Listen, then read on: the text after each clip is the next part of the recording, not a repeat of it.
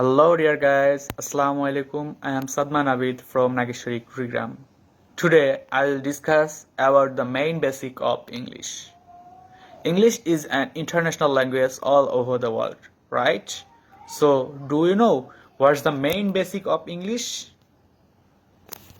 So, today I will discuss about it. At first, we should know a lot of words and its meaning. We should read more and more for our own future because words meaning can help us for our English speaking. So, dear viewers, come to the main points.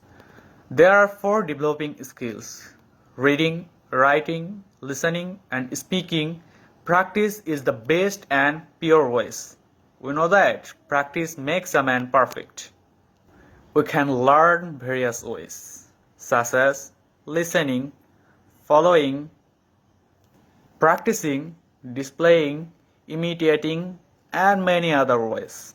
I suggest everyone to collect words meaning and have to practice speaking English.